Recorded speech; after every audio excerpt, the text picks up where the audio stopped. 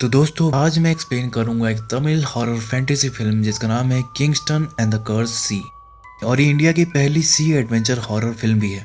तो चलिए बिना किसी देरी के जल्दी से वीडियो स्टार्ट करते हैं। तो तमिलनाडु का एक शहर है जिसका नाम है थूथुकुडी और ये मोस्टली समुद्र से घिरा हुआ है। सो मेनली जितने भी ट्रेड्स होते हैं वो सब समुद्र के रास्ते से ही होते हैं। सो ये मुंबई की तरह एक पोर्ट इंडस्ट्रियल सिटी है। अब यहाँ पर एक मछुआरों का गांव है जिसका नाम है थुआथुर और ये कहानी इसी गांव की। तो कहानी की शुरुआत 1982 से होती है जहां रात के समय सारे गांव वाले समुद्र के किनारे इकट्ठा हो रखे थे और उनके साथ एक पादरी भी था जो एक कास्केट के सामने खड़ा होकर बाइबल के वर्ड्स पढ़ रहा था। और ये कास्केट जोर जोर से हिल रहा था लेकिन उसके अंदर कोई जिंदा इंसान नहीं था बल्कि एक डेड बॉडी थी। इस गांव के सबसे इविल पर्सन की डेड बॉडी जिसने की बहुत ही बुरे कर्म किए थे, इतने कि गुस्से में आकर गांव वालों ने उसे पीट पीट कर मार डाला था। लेकिन मौत के बाद वो एक इविल मॉन्स्टर बन चुका है और इस गांव को कर्स्ड कर दिया है, जिस वजह से पूरे गांव में मनहूसी सी छा रखी है। गांव में एक के बाद एक रहस्यमय तरीके से मौतें हो रही थी और हर तरफ सिर्फ डर का माहौल है। सो इसी कर्ज से छुटकारा दिलाने के लिए चर्च के फादर यहाँ पर आए हैं। उनका कहना था कि सब कुछ इस कर्स्ड बॉडी की वजह से हो रहा है और इस गांव को कर्ज से बचाना है तो हमें इसे सी बरियल देना पड़ेगा, यानी कि जल समाधि।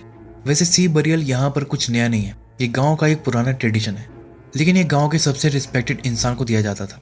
कोई सबसे प्योर हार्टेड इंसान जिसने अपनी लाइफ में काफी अच्छे कर्म किए हों, ऐसे इंसान को सी बरियल देने की प्रथा इस गांव में रही है। लेकिन मजबूरी में अब इस कर्ज से छुटकारा पाने के लिए ये लोग इस आदमी को सी बरियल दे रहे हैं जिसने बहुत ही बुरे कर्म किए हैं। अब इसे गांव से तो कर्ज हट जाएगा लेकिन समुद्र जो है वो कर्ज हो जाएगा। इस कर्स्ड बॉडी के आसपास जितने भी सी क्रिएचर होंगे वो सब डेड क्रिएचर में बदल जाएंगे। इसके आसपास लाइफ बिल्कुल खत्म हो जाएगी और क्योंकि इस भूत की दुश्मनी इन गांव वालों से है तो ये लोग फिर इसके बाद समुद्र में नहीं जा सकते, नहीं तो वो भूत उन्हें मार देगा। सो फिशिंग का काम भी इन्हें छोड़ना होगा जो कि यहाँ के लोगों को कतई मंजूर ना होता। लेकिन फिलहाल की स्थिति को देखते हुए ये लोग वही करते हैं जो चर्च के फादर कहते हैं। कब्रिस्तान से इस कास्केट को निकाल कर ये लोग यहाँ पर लेकर आते हैं और फिर बाकायदा सोने को पिघलाकर इस पर एक सील लगाई जाती है। लेकिन इसी दौरान मौसम खराब हो जाता है और बिजली कड़कने लगती है और एक बिजली तो इनके गांव पर गिरती है जिससे गांव में आग लग जाती है। फिर सारे गांव वाले इकट्ठा होकर आग को बुझाने में लग जाते हैं और फादर कुछ लोगों के साथ इस कास्केट को लेकर समुद्र में चले जाते हैं और रिचुअल कंप्लीट करते हुए इसको कहीं बीच समुद्र में छोड़ाते हैं। फिर गांव के कोस्टल एरिया पर ये लोग बैरिकेडिंग लगा देते हैं। अब उस टाइम पर तो सारे लोग फादर की बात मान लेते हैं, लेकिन जो ये काम अपने पूर्वजों के समय से करते आ रहे थे उसे कैसे छोड़ देते। केवल फिशिंग ही इनके रोजगार का एक जरिया था। सो इसीलिए इस रूल को तोड़ते हुए कुछ लोग रात के अंधेरे में फिशिंग करने जाते हैं, लेकिन वो कर्स्ट उन सबकी जान ले लेता है और फिर किनारे पर उनकी लाश मिलती है।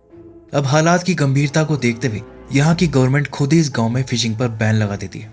अब इनके एरिया में फिशिंग बैन लग गया था तो फिर ये दूसरे गांव में चोरी छुपे रात में फिशिंग करने जाते हैं। लेकिन भाई वहां के लोग थोड़ी ना उन्हें अपने एरिया में फिशिंग करने देते, वो लोग उन्हें पीट कर भगा देते हैं। तो थुआथुर गांव वालों के लिए हालात काफी बुरे हो चुके थे। उनके रोजगार का एक ही साधन था जो उनसे छीन चुका था। ज्यादा पढ़े लिखे लोग थे नहीं और फिशिंग और स्विमिंग के सिवा इन्हें कुछ आता भी नहीं था। उन्हें समझ ही नहीं आ रहा था कि करे तो क्या करे। और इन बुरे हालातों से तंग आकर ये लोग खुद की जान देने लगते हैं, फांसी वांसी लगा लेते हैं।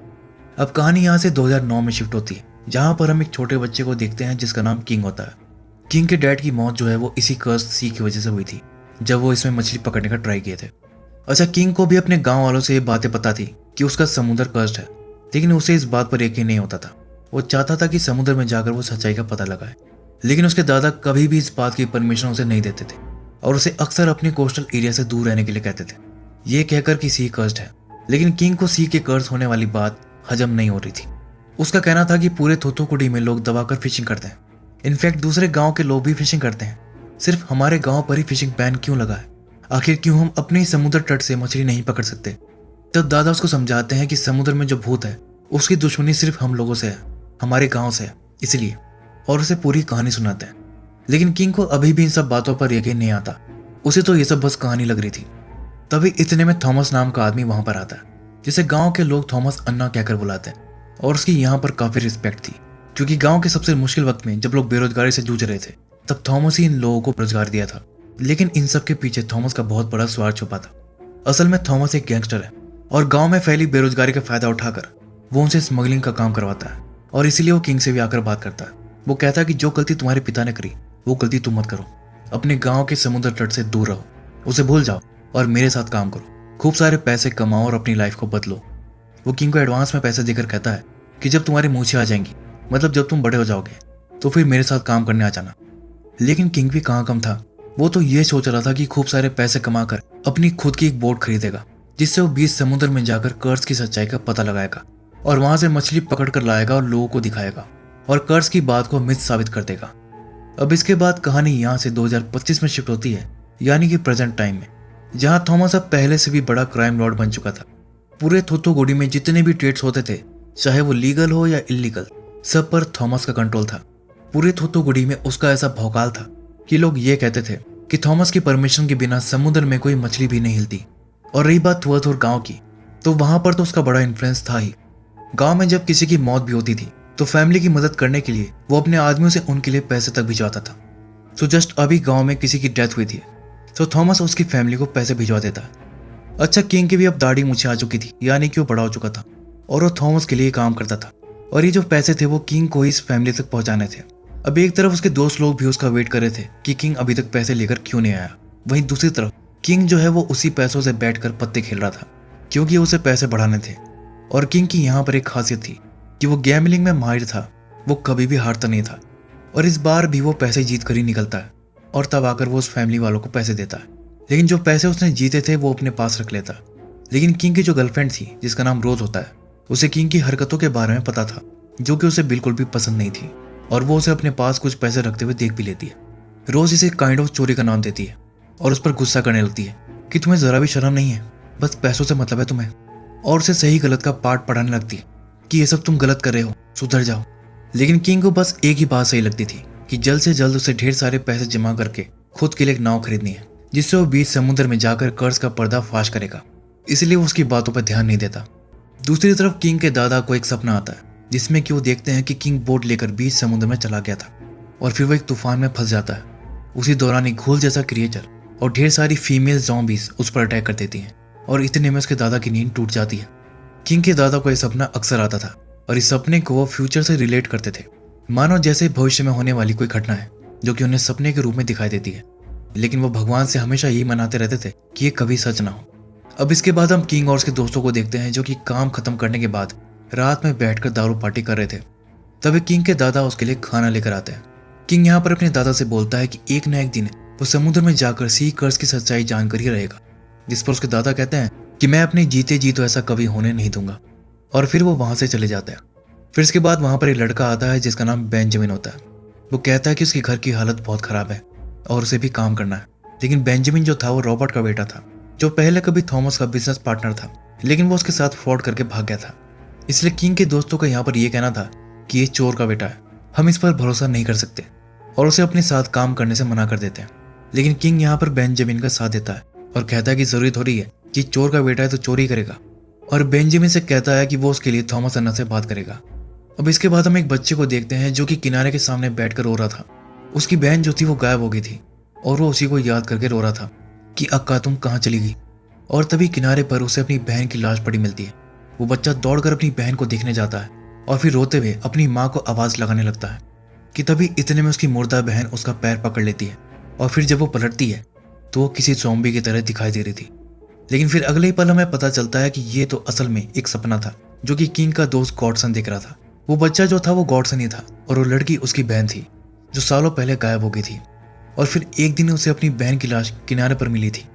अच्छा, इस गांव में सी कर्ज के अलावा भी एक अजीब चीज है। हर महीने कोई ना कोई लड़की गायब हो जाती है और फिर उसकी लाश समुद्र के किनारे से मिलती है। गॉडसन की बहन के साथ भी कुछ ऐसा ही हुआ था। गॉडसन आज तक उस हादसे को भुला नहीं पाया है और इसलिए उसे इस तरह के सपने आते रहते हैं। खैर, अगली सुबह बेंजामिन गॉडसन के घर आता है क्योंकि आज ये लोग उसे थॉमस से मिलवाने ले जाने वाले थे। ये लोग उसे लेकर थोथोगुडी के बंदरगाह पहुंचते हैं, जहां पर वो उसे थॉमस से मिलवाते हैं। लेकिन थॉमस अन्ना का कहना था कि इसकी क्या गारंटी है कि ये भी अपने पिता की तरह फ्रॉड नहीं करेगा। जिस पर किंग कहता है कि अन्ना मेरी गारंटी है, आपको शिकायत का मौका नहीं मिलेगा। तब जाकर थॉमस बेंजामिन को काम पर रख लेता है और फिर ये लोग उसे अपने साथ ले जाकर काम सिखाते हैं। और अब हमें पता चलता है कि ये लोग काम क्या करते हैं। ये लोग सी कुकुम्बर की स्मगलिंग करते थे। खीरे जैसा दिखने वाला इस समुद्री प्राणी जो समुद्र में हेल्दी इकोसिस्टम मेंटेन करने में काफी इंपॉर्टेंट रोल निभाता है। इसलिए इंडियन गवर्नमेंट ने 2001 से ही इसकी फिशिंग और एक्सपोर्ट पर कंप्लीट बैन लगा रखा है। इसके बावजूद चोरी छुपे इसकी स्मगलिंग चलती है क्योंकि इंटरनेशनल मार्केट में इसकी भारी डिमांड रहती है, लाइक चाइना वगैरह। वहाँ लोग इसको खाते हैं और ये काफी एक्सपेंसिव फूड में आता है। अब श्रीलंका में इसका ट्रेड लीगल है, सो इंडियन स्मगलर्स इलीगल तरीके से इसे श्रीलंकन स्मगलर को एक्सपोर्ट कर देते हैं, जिसे वो लीगली चाइनीज मार्केट में सेल कर देते हैं। सो इस तरह से इसके लीगल और इलीगल ट्रेड्स चलते हैं। किंग का ग्रुप भी बेंजामिन के साथ इसी ट्रेड को करने रात के समय में श्रीलंका बॉर्डर पर जाते हैं। लेकिन काम करते करते बेंजामिन को काफी एक्सपीरियंस हो गया था और वो काफी स्मार्ट निकलता है। इस बार बॉक्स का वेट देखकर उसे कुछ गड़बड़ लग रही थी। उसका कहना था कि सी कुकुम्बर का वेट इतना होता ही नहीं, बॉक्स का वेट ज्यादा लग रहा है, इसमें कुछ और भी है, और बॉक्स को खोलकर चेक करने के लिए कहता है।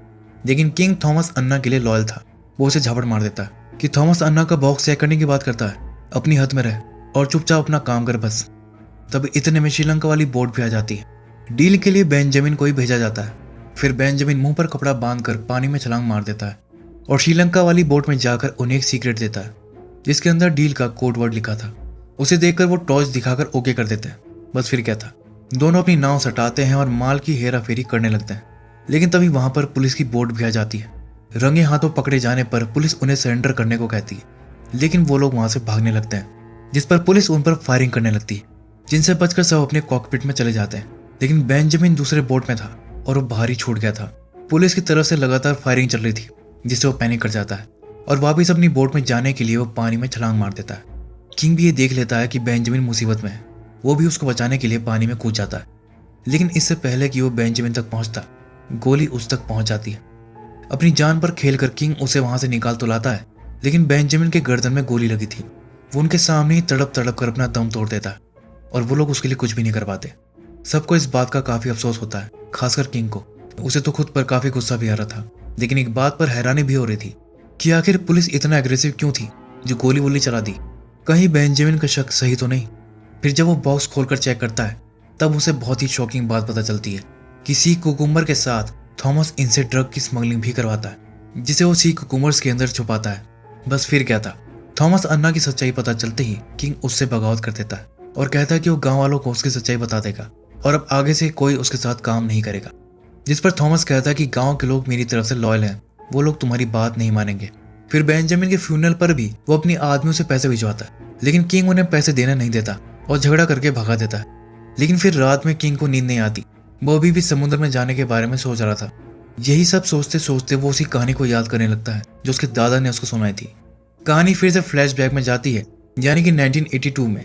इस कहानी से हमें यह पता चलेगा कि असल में वो आदमी कौन था जिसकी बॉडी को सी बरियल दिया गया था और आखिर उसने ऐसा कौन सा बुरा काम किया था। यहाँ पर हमें एक और बात पता चलती है कि किंग के दादा, जिनका नाम मार्टिन है, वो उसके रियल दादा नहीं है। उसके रियल दादा का नाम सोलोमन है। मार्टिन तो एक अनाथ बच्चा था जिसे सोलोमन ही गोद लिया था। उस समय सोलोमन गांव का मुखिया हुआ करता था। अब उन दिनों सी कुकुम्बर्स की फिशिंग पर बैन नहीं था, सो ज्यादा कमाई के लिए ये लोग सी कुकुम्बर्स की फिशिंग भी स्टार्ट कर दिए थे। लेकिन फिर एक एक करके इनकी मौतें होने लगी, जिससे परेशान होकर सब सोलोमन के पास गए। उसने कहा कि वो इसका कोई सोल्यूशन ढूंढेगा और फिर अपने फ्रेंड बो से जाकर बात किया और उसे सारा मैटर बताया कि गांव वालों ने सी कुकुम्बर की फिशिंग स्टार्ट की है, लेकिन ये काफी गहराई में पाए जाते हैं, सो इसके लिए पर्ल डाइविंग स्किल भी आनी चाहिए, लेकिन पानी में ज्यादा देर तक सांस रोकना या अंडर वाटर प्रेशर को हैंडल करना, जो कि इन्हें ठीक से नहीं आता और इसीलिए फिशिंग के दौरान इनकी मौत हो रही है। जबकि हमारे पूर्वज इसमें माहिर थे, लेकिन आज की पीढ़ी ये स्किल भूल गई है। अब बॉस को भी पर्ल डाइविंग आती थी क्योंकि वो फौज में रह चुका था, लेकिन अब वो बूढ़ा हो चुका था, इसलिए ट्रेनिंग देना उसके लिए पॉसिबल नहीं था। लेकिन गांव का टीचर एंथनी इस स्किल में माहिर था, इसीलिए वो बॉस को एंथनी से बात करने के लिए कहता है, क्योंकि बॉस ने उसे ये सिखाया था, तो अपने गुरु की बात वो नहीं टालेगा। फिर जब बॉस एंथनी के घर उससे बात करने जाता है तो एंथनी मना कर देता है। उसका कहना था कि फिर मेरे पीछे मेरी बेटी का ध्यान कौन रखेगा, जिस पर बॉस उसे प्रॉमिस करता है कि उसकी बेटी का ध्यान वो रखेगा और उसे अपनी ही बेटी की तरह रखेगा। तब जाकर एंथनी तैयार होता है। लेकिन फिर एंथनी भी समुद्र से जिंदा नहीं लौटता, बल्कि वहां से उसकी लाश आती है। सोलोमन और बॉस को तो यकीन ही नहीं होता कि ये कैसे हो सकता है, इतना प्रोफेशनल डाइवर भी कैसे मर गया। अब तो सोलोमन को समुद्र में ही कुछ गड़बड़ लग रही थी कि कहीं समुद्र शापित तो नहीं। लेकिन फिर कुछ टाइम के बाद सच्चाई सामने आती है, जहां पर सोलोमन इन सब मौतों का जिम्मेदार बॉस को बताता है और उसे सबके सामने एक्सपोज करते हुए कहता है कि बॉस के पास से सोना मिला है। और फिर वो बहुत ही शॉकिंग बात रिवील करता है कि बॉस चुपके से यहाँ के मछुआरों को टॉर्चर करता है और उन्हें फोर्स करके समुद्र की गहराई से सोना निकलवाता है। लेकिन हर कोई इतने डीप प्रेशर को हैंडल नहीं कर पाता, इसलिए कुछ लोग मारे भी जाते थे। अपनी ग्रीड को पूरा करने के लिए बॉस सबकी लाइफ को रिस्क में डालकर उनसे ही काम करवा रहा था। और जब एंथनी को उसकी सच्चाई का पता चल गया तो बॉस ने उसको भी मार दिया और इसीलिए वो बॉस को पीट पीट कर सब गांव वालों के सामने उसका इंसाफ करने लाया है। बस फिर क्या था, गुस्से में आकर गांव वाले अधमरे पड़े बॉस पर टूट पड़ते हैं और उसे पीट पीट कर खत्म कर देते हैं। लेकिन मरने के बाद भी बॉस की ग्रीड शांत नहीं हुई थी। उसकी आत्मा इस दुनिया को छोड़कर नहीं गई और बदला लेने लौट आई। उसके ग्रीड और गुस्से को शांत करने के लिए ही उसी के सोने को पिघलाकर उसके कास्केट पर सील लगाई गई थी। और फिर इसके बाद जो हुआ वो तो हम जानती हैं। Now back to the present time, जहां पर हम रोज को देखते हैं जो कि अपने घर में अकेली होती है कि तभी अचानक से लाइट चली जाती है और उसे कुछ आवाजें सुनाई देती हैं जिससे रोज बहुत डर जाती है। लेकिन इससे पहले कि वो कुछ समझ पाती, कोई आकर उसे पकड़ लेता है। दूसरी तरफ किंग अभी भी बैरिकेड के पास खड़ा होकर अपनी सोच में खोया पड़ा था। तभी वो देखता है कि कुछ लोग किसी को नाव में डालकर उसे समुद्र में डाल रहे थे। किंग और उसके दोस्त जाकर उन्हें रोक देते हैं और तब किंग देखता है कि ये तो रोज थी और इसे किडनैप करने वाले कोई और नहीं बल्कि थॉमस के लोग थे। जब ये लोग इनसे पूछते हैं कि तुम लोग ये रोज के साथ क्या कर रहे थे, तब वो लोग रिवील करते हैं कि ये एक तरह का रिचुअल है। सी में जो इविल पावर है उसे शांत रखने के लिए ये हर महीने एक कुंवारी लड़की को समुद्र में डाल देते हैं और ये सब वो थॉमस अन्ना के कहने पर करते हैं। तब गॉडसन को भी समझ आता है कि उसकी बहन भी इसी रिचुअल की विक्टिम बनी है। गुस्से में आकर वो अपना आपा खो देता है और उन्हें मारने आता है। लेकिन किंग उसे रोक देता है कि इन्हें मारने से क्या होगा, ये सब तो उस थॉमस का किया धरा है। उसका ये सोचना था कि कर्ज की कहानी को बल देने में थॉमस का बड़ा हाथ होगा, जिसका फायदा उठाकर वो हम लोगों से स्मगलिंग करवा सके। अब उसे कर्ज की बात कोरी अफवाह लग रही थी और अब वो अपने दादा की बात भी नहीं सुनता कि दादा तुम भी मुझे फालतू कहानी सुनाकर समुद्र से दूर रखे और थॉमस अन्ना के पास काम करने भेज दिए। लेकिन अब मैं नहीं रुकने वाला, अब तो मैं समुद्र में जाकर ही रहूंगा। उसकी जिद के सामने अब उसके दादा भी कुछ नहीं बोल पाते। लेकिन किंग के पास अपनी बोट तो थी ही नहीं, तो समुद्र में कैसे जाता। तो इसीलिए वो थॉमस की बोट चुराने की सोचता है। थॉमस के आदमी लोग उसे रोकने की पूरी कोशिश करते हैं, लेकिन किंग बोट चुरा ही लेता है। जब ये बात वो थॉमस अन्ना को बताने के लिए कॉल करते हैं तो फोन किंग ही उठाता है और यहाँ पर रिवील होता है कि किंग थॉमस को पहले ही किडनैप करके इसी बोट में डाल दिया था। और फिर किंग अपने दोस्तों के साथ इस सी कर्स के मिथ को तोड़ने निकल जाता है। लेकिन फिर रास्ते में एक रूम से आवाज आने लगती है जिससे वो लोग डर जाते हैं। ये लगता है कि कर्ज की बात सच है, बोट में कोई भूत घुसाया है। लेकिन असल में उस रूम के अंदर रोज होती है, वो भी किंग को ज्वाइन करने आई थी। पहले तो किंग उसे मना करने लगता है कि इसमें रिस्क हो सकता है, लेकिन रोज के जिद करने पर वो मान जाता है और फिर इसके बाद सफर आगे बढ़ता है। तो अभी तक तो सब सही चल रहा था। तभी इतने में किंग के एक दोस्त से कोई पुराना लैंप टूट जाता है। फिर किंग जब बाहर जाता है तो उसके पैर में कांच के टुकड़े घुस जाते हैं। किंग उस कांच के टुकड़े को निकालकर समुद्र में फेंक देता है और फिर उसकी नजर लैंप से निकले पेपर्स पर पड़ती है और वो उन पेपर्स को देखने लगता है। लेकिन उसके खून से सने कांच के टुकड़े के समुद्र में जाने से अजीब चीजें होना शुरू हो जाती हैं। उन्हें अब किसी बोट का हॉर्न सुनाई देता है। गॉडसन दूरबीन से देखता है तो दूर उन्हें एक बोट दिखाई देती है, लेकिन फिर अगले ही पल वो गायब हो जाती है। फिर उन्हें अलग अलग डायरेक्शन से हॉर्न की आवाज सुनाई देती है और अब वो बोट उन्हें कभी दिखाई देती तो कभी गायब हो जाती, क्योंकि वो एक भूतिया बोट थी। तभी अचानक मौसम भी खराब हो जाता है और तेज बारिश होने लगती है और तभी वो क्या देखते हैं कि ये समुद्र तो हजारों ह्यूमन स्केलेटन से भरा पड़ा है। तब जाकर इन्हें यकीन आता है कि ये जगह सच में शापित है। तभी समुद्र में तूफान भी आ जाता है और अब ये लोग बुरी तरह फंस चुके थे। इसी दौरान जोर से बिजली कड़कती है जिसकी तेज लाइट से किंग की आंखें चौंधिया जाती है और बैलेंस खोकर कॉकपिट से बाहर जा गिरता है। फिर तूफान से बचने के लिए वो एक रस्सी पकड़ लेता है और उसी से लटक जाता है। इसी दौरान एक बड़ी सी लहर इनकी बोट से टकराने वाली होती है। जैसे तैसे वो इस लहर से बच तो जाते हैं, लेकिन इस दौरान काफी तेज धक्का लगने की वजह से सब गिर गार कर बेहोश हो जाते हैं। फिर जब उन्हें होश आता है तो उन्हें पता चलता है कि इनका एक दोस्त गायब था, जो कि अगले ही पल उन्हें एक कोने में बैठा दिखाई देता है और वो काफी डरा सहमा सा लग रहा था। तो वो लोग उसको देखने जाते हैं कि तुम्हें क्या हुआ, जिस पर वो उन्हें दिखाता है कि उसे एक खून से सनी खोपड़ी मिली है और उसके अंदर से लगातार खून निकल रहा था, जिससे लोग बहुत डर जाते हैं। दूसरी तरफ किंग के दादा को पता चल गया था कि वो कर्ज का पता लगाने समुद्र में चला गया है, तो उसे बचाने के लिए उसके दादा भी बोट लेकर समुद्र में चले जाते हैं। इधर ये लोग अब यहाँ से निकलना चाह रहे थे, लेकिन अब ये रास्ता भटक चुके थे और अब इनके नेविगेशन डिवाइसेस भी काम करना बंद कर दिए थे। फिर एक अजीब सी धुंध उनका रास्ता घेर लेती है, जिससे पास होते ही ये काइंड ऑफ किसी दूसरे रियल में चले जाते हैं, जहाँ रोज को एक मछली मिलती है, लेकिन वो मछली असल में एक मॉन्स्टर थी। रोज उससे बहुत डर जाती है। तभी किंग आकर उसे संभालता है कि सब ठीक है, वो क्रिएचर चला गया। लेकिन फिर किंग को पता चलता है कि उनका जो सबसे डरपोक वाला दोस्त था, जिसे वो खोपड़ी मिली थी, वो फिर से गायब हो गया था। असल में वो डर के मारे बेसमेंट में चला गया था और एक्सीडेंटली उसी रूम में बंद हो गया था जहां थॉमस और उसके आदमी लोगों को भी बांध कर रखा गया था। फिर किंग भी उसे ढूंढता हुआ बेसमेंट की तरफ चला जाता है। जब उसे पता चलता है कि किंग उसे लेने आया है तो वो दरवाजा पीटने लगता है और कहता है कि भाई मुझे यहाँ से बाहर निकाल। लेकिन वहां पर अजीब चीजें भी हो रही थी। सभी रूम से ही नॉकिंग साउंड आ रही थी जिससे किंग कंफ्यूज हो जाता है। उसे पता ही नहीं चल पा रहा था कि उसका दोस्त कौन से रूम में है। तो वो रैंडमली एक दरवाजा खोल कर देखता है, लेकिन उसमें उसका दोस्त नहीं बल्कि एक ज़ॉम्बी टाइप मॉन्स्टर था जो किंग को हॉन्ट करता है। और फिर अगले ही पल वो अंधेरे में गायब हो जाता है। तभी किंग को पीछे से नॉकिंग साउंड आती है। इस बार जब वो डोर खोलता है तो फाइनली उसे अपना दोस्त मिल जाता है और वो इतना डरा हुआ था कि डोर खुलते ही वो वहां से निकल कर ऊपर भाग जाता है। फिर इसके बाद किंग वापस जाकर बोट संभालता है और तभी उन्हें कोई आवाज सुनाई देती है, जैसे कोई लत से उनकी बोट पर कूदा हो। वो जाकर देखते हैं तो वहां पर कोई आदमी पड़ा था और वो कांप रहा था। फिर किंग जब उस आदमी को देखने जाता है तो शॉकिंगली वो उसके दादा निकलते हैं। असल में किंग के दादा भी कर्ज से मारे गए थे। उधर गांव वालों को किनारे पर उनकी लाश मिलती है और ये जो है उसके दादा का कर्ज वाला वर्जन है। तभी पानी में से एक ज़ॉम्बी बाहर निकलता है जो उसके दादा को क्लेम करने आया था और उन्हें अपने साथ लेकर वापस पानी में चला जाता है। फिर किंग भी अपने दादा के पीछे पानी में छलांग मार देता है और पीछे पीछे उसका दोस्त भी पानी में कूद जाता है। इधर पानी में किंग अपने दादा को ढूंढ रहा था, उसका दोस्त किंग को ढूंढ रहा था और बाकी सब दोनों को निकालने के लिए पानी में रस्सी डाल रहे थे। तभी कोई गॉडसन का पैर पकड़ लेता है, लेकिन गॉडसन पैर झटक कर उसे गिरा देता है और फिर वो क्या देखता है कि वो उसकी अक्काई थी जो कि कर्ज होकर ज़ॉम्बी में बदल चुकी थी।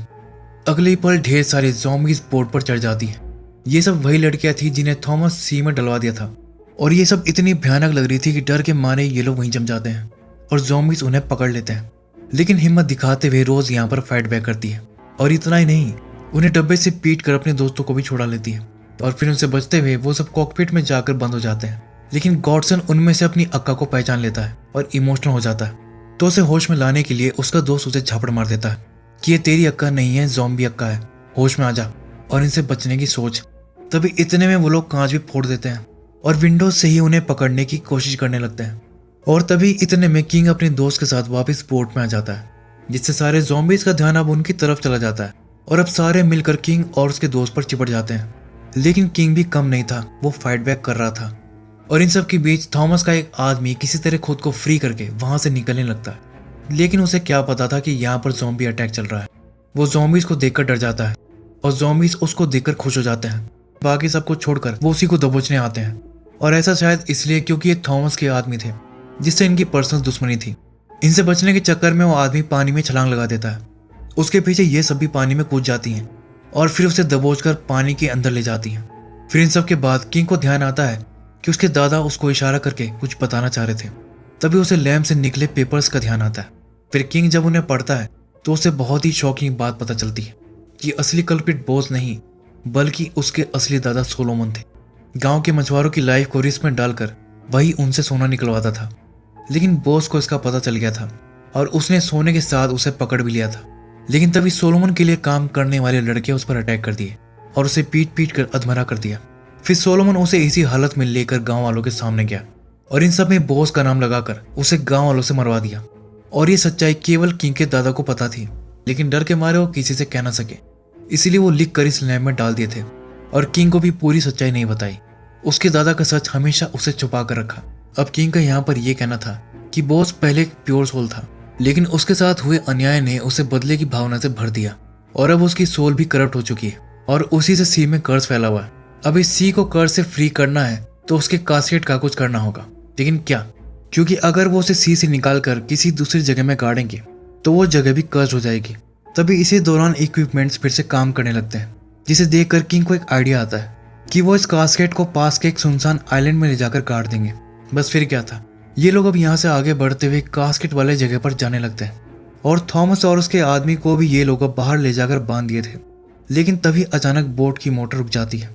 चेक करने पर पता चलता है कि मोटर में एक जाल फंस गया था, तो किंग थॉमस के आदमी को ही जाल हटाने के लिए भेजता है। लेकिन जब वो जाल हटाने लगता है तभी वो समुद्री ज़ॉम्बी उसको पकड़ लेता है। अब ये लोग उसको बचाने के लिए तुरंत ऊपर खींचने लगते हैं, लेकिन ऊपर उसका कटा हुआ हाथ आता है। वो ज़ॉम्बी मॉन्स्टर उसको खा गया था, लेकिन अब कास्केट भी ज्यादा दूर नहीं था। तो किंग यहाँ पर एक बड़ा रिस्क लेते हुए खुद ही तैरकर उस तक पहुंचने की सोचता है और पानी में चला जाता है। लेकिन फिर वो देखता है कि यहाँ पर कई सारे कास्केट पड़े थे।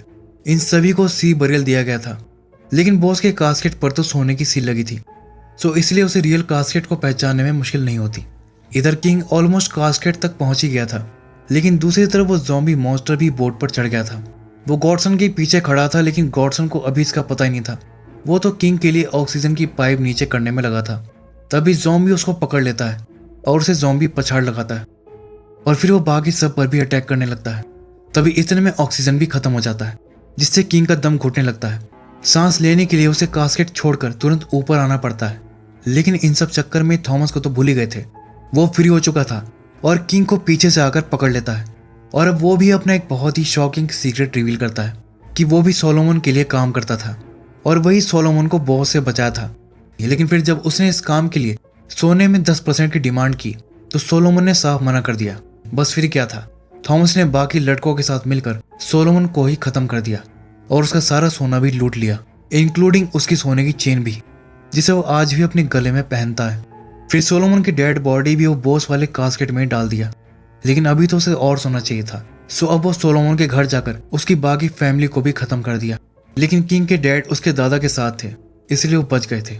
फिर थॉमस भी सारा सोना लेकर गांव से भाग गया था, क्योंकि सोलोमन की आत्मा उसके पीछे लग गई थी। उसके बाकी साथी तो उसका शिकार भी बन चुके थे। फिर कुछ टाइम के बाद जब वो गांव वापस लौटा तो उसे पता चला कि गांव में फिशिंग पर बैन लग चुका है। फिर उसने गांव ही छोड़ दिया और बाहर जाकर गैंगस्टर बन गया। और वो ये भी बताता है कि हर महीने वो लड़कियों को सेक्रीफाइस इसलिए करता था क्योंकि रिचुअल के वक्त वो नोटिस किया था कि एंथनी की बेटी जब कास्केट को हाथ लगाई थी तो वो कुछ टाइम के लिए शांत हो गया था, क्योंकि बॉस ने उसे अपनी बेटी की तरह माना था। सो इसीलिए कर्ज को शांत रखने के लिए वो हर महीने एक कुंवारी लड़की को समुद्र की बलि चढ़ा देता था, ताकि कर्ज शांत रहे और वो समुद्र में अपना काम ठीक से कर पाए। अब क्योंकि किंग रोज का सेक्रीफाइस रोक दिया था, इसलिए कर्ज का असर कम नहीं हुआ था और इसीलिए जब किंग के दादा सीम में गए तो कर्ज ने उन्हें क्लेम कर लिया। खैर ये सब बताकर थॉमस किंग को मारने वाला होता है, लेकिन तभी अचानक वो समुद्र से उस जगह पहुंच जाते हैं जहां थॉमस ने सोलोमन को मारा था और ये सब सोलोमन की आत्मा ही कर रही थी।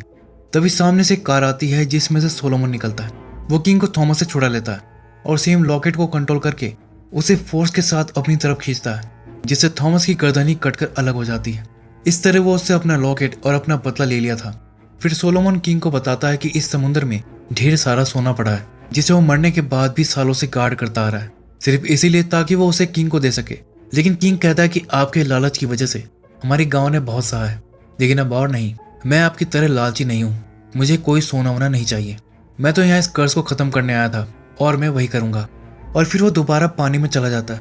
किंग को पता चल चुका था कि इस कर्ज को कुछ टाइम के लिए शांत करना है तो उसे कास्केट को टच करना पड़ेगा, क्योंकि वो भी तो सोलोमन का पोता है। दूसरी तरफ वो ज़ॉम्बी उनको मारने वाला होता है, लेकिन तब तक किंग कास्केट को टच कर देता है, जिससे कर्ज का असर कमजोर पड़ जाता है और ज़ॉम्बी मॉन्स्टर भी वहां से चला जाता है। फिर वो लोग किंग को कास्केट के साथ ऊपर खींच लेते हैं। इतने में मौसम भी ठीक हो जाता है। फिर वहां से वो उसी सुनसान आइलैंड पर जाते हैं और कास्केट को वहीं पर गाड़ देते हैं। समुद्र से कर्ज हटते ही वहां पर ढेर सारी मछलियां आ जाती हैं। फिर किंग ढेर सारी मछलियां पकड़कर अपने गांव लेकर जाता है और सबको बता देता है कि कर्ज खत्म हो चुका है, जिससे गांव वाले काफी खुश हो जाते हैं और बैन वाले बोर्ड को भी हटा देते हैं। और इसी के साथ ये फिल्म यहीं पर दी एंड हो जाती है। तो दोस्तों ये थी किंगस्टन मूवी की एक्सप्लेनेशन। उम्मीद है कि वीडियो आपको पसंद आई होगी। तो फिर मिलूंगा अगली वीडियो में, तब तक के लिए टेक केयर।